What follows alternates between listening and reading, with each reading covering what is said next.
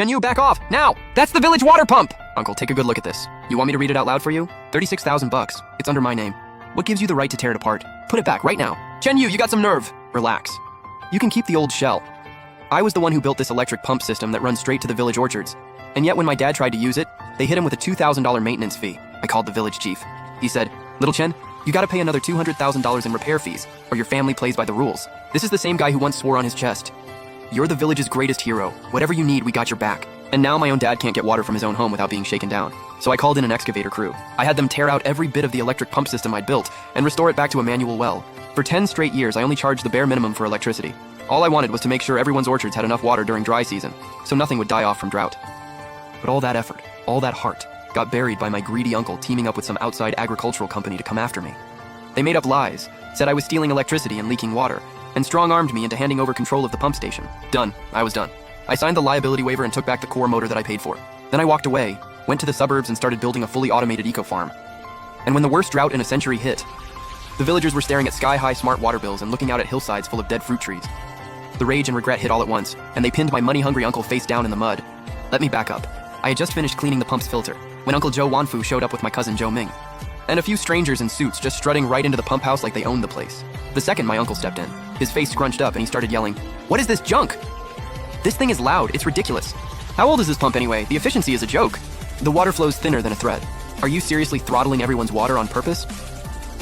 Right then, Auntie Zhang Guiying showed up with empty buckets to get in line. She heard all that, dropped her shoulder pole, and jumped in to defend me. Our village sits on high ground. The fact that this pump can push water up here at all is already impressive. 10 years.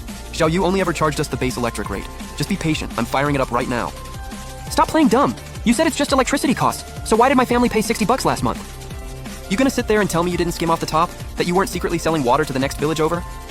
Your orchard's on the highest peak in the whole village. It takes way more power to push water up there. The full ledger's right there on the wall.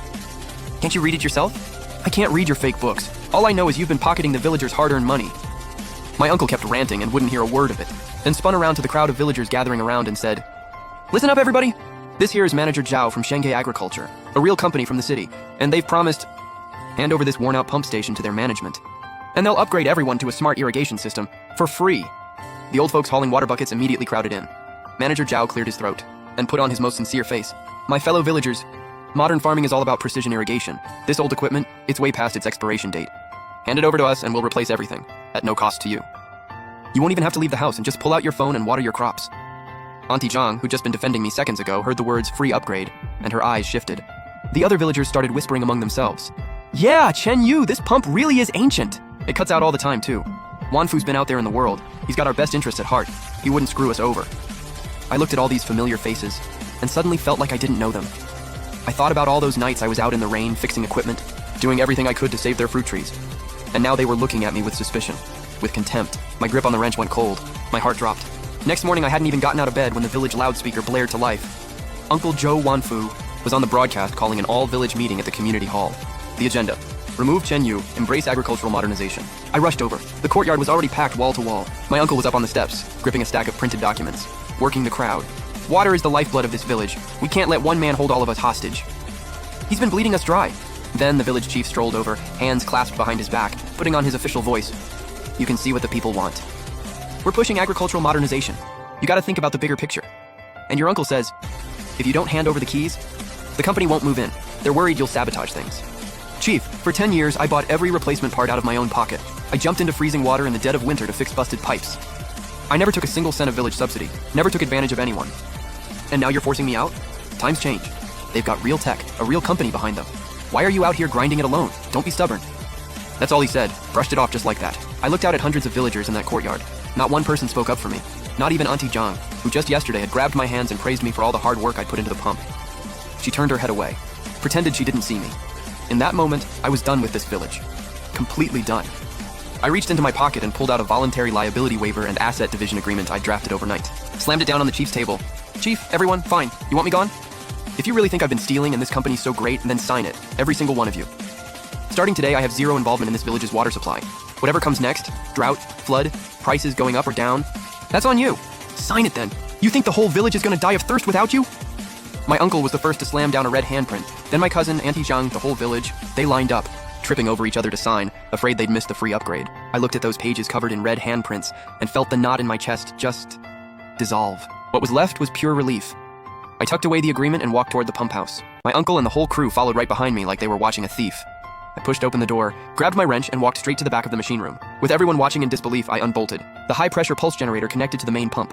This was the one and only component that made it possible to push water all the way up the mountain. And it was my personal property, bought with my own money. They'd always written it off as some useless old piece of junk. My cousin freaked out instantly and started screaming, "Everyone look! Chen Yu is sabotaging the pump!" "Stop him! Don't let him walk off with village property!" A few villagers rushed to block the door. I laughed, pulled out the original purchase receipt and the freshly signed waiver from my bag, and said loud and clear, "Open your eyes. This motor was bought with $80,000 of my own money. My name is on the receipt, plain as day. The agreement says I walk out with my personal assets only." The pump house and the pipe network? I didn't touch a single bolt, dead silence. My uncle's face went pale, staring at black and white evidence, couldn't say a word. As I unbolted that grease-covered old motor from its base, I was drenched in sweat. It looked beat up and chipped, but anyone who knew their stuff would recognize it. Pure copper wound industrial motor, old school heavy duty. Back in the day, to get water pumped up to the highest orchard in the whole village, I hit up 3 different cities' used equipment markets. Spent $80,000 flat to drag it home. For 10 years straight, no matter how unstable the voltage got, no matter how long it ran, this old beast never let me down once. Always running, always delivering. Thing weighed 400 pounds, no way I could move it alone. Had to lay down boards and inch it into the truck bed little by little. The rough rope dug into my palms. Sweat burned my eyes. I looked up. Out in the clearing by the pump house, dozens of villagers were watching.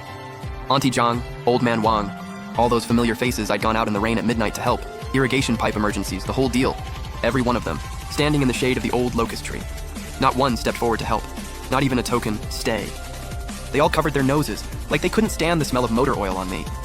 Then my cousin Zhou Ming pointed his phone at me, filming away, and called out with that sarcastic smirk, "Take it easy there, boss Chen. Don't throw your back out moving that scrap heap." Everybody look, this right here, this is our village's water kingpin. 10 years of running this rusty industrial motor on us, and the whole thing reeks of motor oil.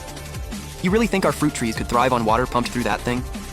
No wonder our fruit hasn't fetched a good price in years. This is why. Exactly. Wanfu's right. There's gotta be heavy metals in that water. Should have swapped it out ages ago.